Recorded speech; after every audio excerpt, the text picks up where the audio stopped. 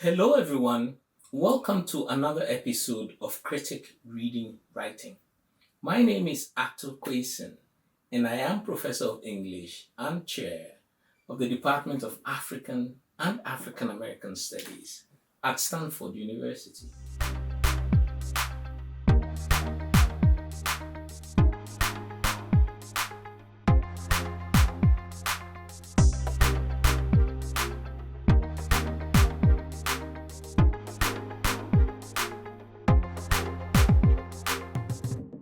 In this episode, we'll be looking at some devices and themes in Gabriel Garcia Marquez's 100 Years of Solitude.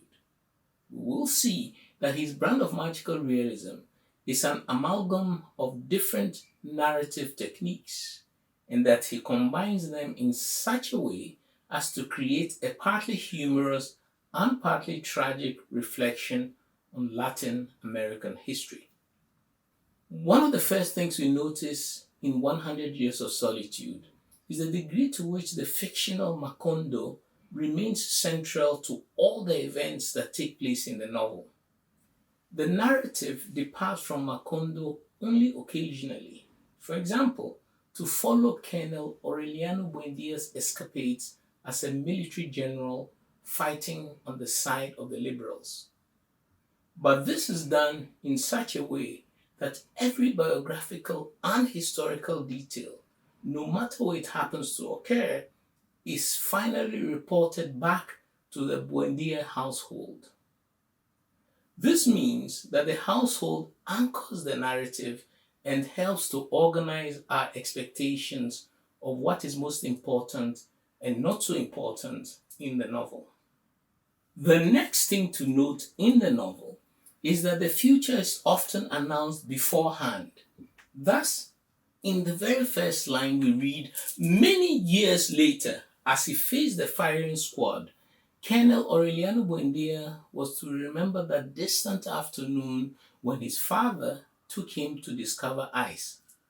After this, there's a long narrative diversion to set up details about the patriarch Jose Arcadio Buendia and how he met and married his cousin, the formidable Ursula Iguaran. Their Herculean and ultimately failed efforts at not having sex for fear of bringing to fruition the prediction of giving birth to a baby with a pig's tail. And finally, many pages later, the moment when Jose Arcadio Buendia takes his boys to go and touch a block of ice in their utter amazement at the experience, as we saw in our previous episode. Incidentally, the premonition about the colonel's death turns out not to be as momentous as we might have expected from its being announced at the start of the novel, because the colonel is not shot after all, but lives on until old age and dies an innocuous death leaning against the chestnut tree in the Buendia courtyard. The fulfillment of the prediction of death by firing squad is transferred to his nephew Arcadio, who is executed when the liberals lose the war and the conservatives take back the town. The family tree that we are provided with in the frontispiece of the novel is more confusing than enlightening. Names such as Jose, Aureliano, Arcadio, Amaranta, and Remedios are repeated several times in different generations. Not only that, initially we are made to believe that being assigned the same name as a forebear transfers their qualities and characteristics to the person so named. Except that this is also completely upended by the birth of the fourth generation twins Aureliano Segundo and Jose Arcadio Segundo, sons of the sex worker and fortune teller Pilar Ternera and the aforementioned Arcadio, who, as we saw, died by firing squad. On the birth of the twins, all confusion breaks loose. Ursula is the first to sense that something is not quite right. We'll call him Jose Arcadio, he said. Ursula, on the other hand, could not conceal a vague feeling of doubt. Throughout the long history of the family, the insistent repetition of names had made her draw some conclusions that seemed to be certain. While the Aurelianos were withdrawn, but with lucid minds, the Jose Arcadios were impulsive and enterprising, but they were marked with a tragic sign. The only cases that were impossible to classify were those of Jose Arcadio II and Aureliano II. They were so much alike and so mischievous during childhood that not even Santa Sofia de la Piedad could tell them apart. On the day of their christening, Amaranta had put bracelets on them with their respective names and dressed them in different colored clothing marked with each one's initials. But when they began to go to school, they decided to exchange clothing and bracelets and call each other by opposite names. The teacher, Melchior Escalona, used to knowing Jose Arcadio II by his green shirt, went out of his mind when he discovered that the latter was wearing Aureliano II's bracelet, and that the other one said, nevertheless, that his name was Aureliano II in spite of the fact that he was wearing the white shirt and the bracelet with Jose Arcadio II's name on it. This confusion about family names and their implied characteristics is frequently shared not only by people in Macondo, but also by the reader. The novel is also steeped in the spirit of the carnivalesque. As Mikhail Bakhtin notes in Rabelais and His World, historically carnivals have been a way of breaking down barriers and of overturning power inequalities and hierarchies in political and social life. This has often been done through the display of different forms of musical and bodily excess, as well as the depictions of political and religious leaders through obscene sexual registers and in wanton effigies in carnival parades. In 100 Years of Solitude, the spirit of the carnivalesque has a resident location in Melquiades' gypsies, who come first as bringers of knowledge and technology, and then as purveyors of pure pleasure. The street of the text is a mixture of circus and carnival, and is where the good people of Macondo go to satisfy all their tremendous libidinal impulses, suitably amplified through the activities of grotesque figures that reside on the street. But in 100 Years of Solitude, the spirit of the carnivalesque is also firmly tied to the narrative technique itself, and especially in the ways in which fantastic and realistic details are rendered scrupulously equivalent. Such is the case, for example, of Father Nicanor and his levitation. This is what we see. He went everywhere begging alms with a copper dish. They gave him a large amount, but he wanted more because the church had to have a bell that would raise the drowned up to the surface of the water. He pleaded so much that he lost his voice. His bones began to fill with sounds. One Saturday, not even having collected the price of the doors, he fell into a desperate confusion. He improvised an altar in the square, and on Sunday he went through the town with a small bell, as in the days of insomnia, calling people to an open-air mass.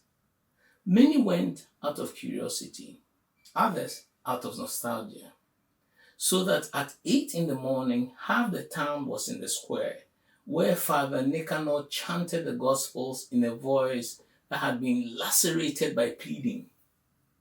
At the end, when the congregation began to break up, he raised his arms, signaling for attention. "Just a moment," he said. "Now we shall witness an undeniable proof of the infinite power of God. The boy who had helped him with the mass brought him a cup of thick and steaming chocolate, which he drank without pausing to breathe. Then he wiped his lips with a handkerchief that he drew from his sleeve, extended his arms, and closed his eyes. Thereupon, Father Nicanor rose 6 inches above the level of the ground. Many of the people gathered in the town square are persuaded by this act of levitation, except for Jose Arcadio Buendia, who at the time was in seclusion in his house because of mental illness, and spoke a strange language that later on proved to be impeccable Latin. He had lengthy logical arguments with Father Nicanor and completely poo-pooed the idea that levitation was possible after drinking a cup of hot chocolate. The levitation and the dispute afterwards served to both elevate and deflate Father Nicanor and the Catholic priesthood in a way that is completely reminiscent of the carnivalesque. The gentle sending up of Catholicism continues with the case of Remedios the Beauty. Remedios the Beauty is the older sister of Aureliano II and Jose Arcadio II, whom we encountered earlier. She's extraordinarily beautiful and alluring, and is given to taking interminable baths at all times of day and night. But like a siren, she institutes a fatal attraction in the men that fall in love with her. One of them, desirous of seeing her naked while she takes a bath, climbs up onto the roof of the bathroom, but falls and cracks his head on the tiles below. A viscous ooze flows out of his cracked skull, smelling like Remedios the Beauty. And then the magical realist moment of her own levitation. Remedios the Beauty stayed there wandering through the desert of solitude, bearing no cross on her back, maturing in her dreams without nightmares, her interminable baths, her unscheduled meals, her deep and prolonged silences that had no memory until one afternoon in March when Fernanda wanted to fold her Brabant sheet in the garden and asked the woman in the house for help. She had just begun when Amaranta noticed that Remedios the Beauty was covered all over by an intense paleness. "Don't you feel well?" she asked her. Remedios the Beauty, who was clutching the sheet by the other end, gave her a pitying smile. "Quite the opposite," she said. "I never felt better." She had just finished saying it when Fernanda felt a delicate wind of light pull the sheets out of her hands and open them wide. Amaranta felt a mysterious trembling in the lace on her petticoats, and she tried to grasp the sheet so that she would not fall down at the instant in which Remedios the Beauty began to rise. Ursula, almost blind at the time, was the only one person who was sufficiently calm to identify the nature of that determined wind, and she left the sheet to the mercy of the light as she watched Remedios the Beauty waving goodbye in the midst of the flapping sheets that rose up with her, abandoning with her the environment of beetles and dahlia, and passing through the air with her as 4 o'clock in the afternoon came to an end, and they were lost forever with her in the upper atmosphere, where not even the highest flying birds of memory could reach her. The outsiders, of course, thought that Remedios the Beauty had finally succumbed to her irrevocable fate of a queen bee, and that her family was trying to save her honor with that tale of levitation. Fernanda, burning with envy, finally accepted the miracle, and for a long time she kept praying to God to send her back her sheets. The fact that Fernanda is not at all surprised by the levitation but burns with envy and prays to God for the return of her sheets reorients the scene from the purely fantastic and into a magical realist register. Not only that, Remedios the Beauty's levitation in a white cloth is reminiscent of images of the Assumption of the Blessed Virgin Mary on white clouds, thus gently rendering the religious iconography as somehow itself fantastic. We immediately recall Father Nicanor's levitation after drinking a cup of hot chocolate and his disputes with Jose Arcade Buendia on its veracity. Perhaps the most important theme in the novel is the struggle between memory and the future. We first see this in the epic struggle of the people of Macondo against the insomnia plague that we encountered in our last episode, but also in the fact that memory and premonitions are at first sources of hope, but then progressively become signals of extreme solitude and even the apocalyptic. A major change from the prophetic to the apocalyptic is marked at the personal level for Jose Arcade Buendia with the reappearance of Prudencio Aguilar, a man he had killed in his youth in defense of his good name. We have already noted that Jose Arcade Buendia, the indefatigable man of technology and science, is at some point placed in seclusion as the novel progresses due to his madness. He continues to intervene in different aspects of the life of the household until, oppressed by the return of Prudencio Aguilar, he finally capitulates to the burdens of memory. This is what we see. Ursula took care of him, brought him news of Aureliano, but actually the only person with whom he was able to have contact for a long time was Prudencio Aguilar. Almost pulverized at the time by the decrepitude of death, Prudencio Aguilar would come twice a day to chat with him. They talked about fighting cocks. They promised each other to set up a breeding farm for magnificent birds, not so much to enjoy their victories, which they would not need then, as to have something to do on the tedious Sundays of death. It was Prudencio Aguilar who cleaned him, fed him, and brought him splendid news of an unknown person called Aureliano, who was a colonel in the war. When he was alone, Jose Arcade Buendia consoled himself with the dream of the infinite rooms. He dreamed that he was getting out of bed, opening the door, and going into an identical room with the same bed with a wrought iron head, the same wicker chair, and the same small picture of the Virgin of Help on the back wall. From that room, he would go into another that was just the same, the door of which would open into another one just the same, and then into another exactly alike, and so on to infinity. He liked to go from room to room, as in a gallery of parallel mirrors, until Prudencio Aguilar would touch him on the shoulder. Then he would go back from room to room, walking in reverse, going back over his trail, and he would find Prudencio Aguilar in the room of reality.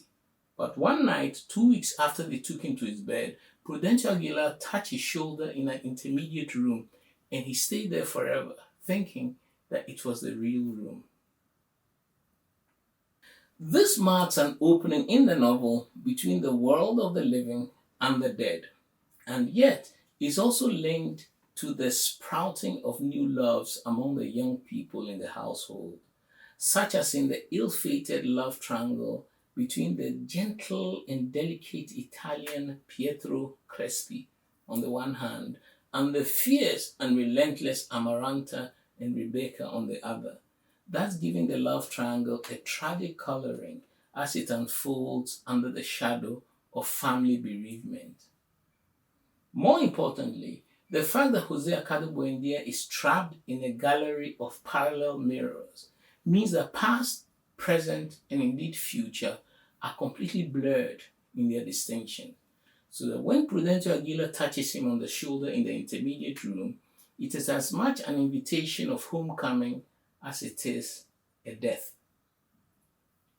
Whether with Jose Acado Buendia, Colonel Aureliano Buendia, Ursula, or Melquiades, all parts in the novel lead to solitude.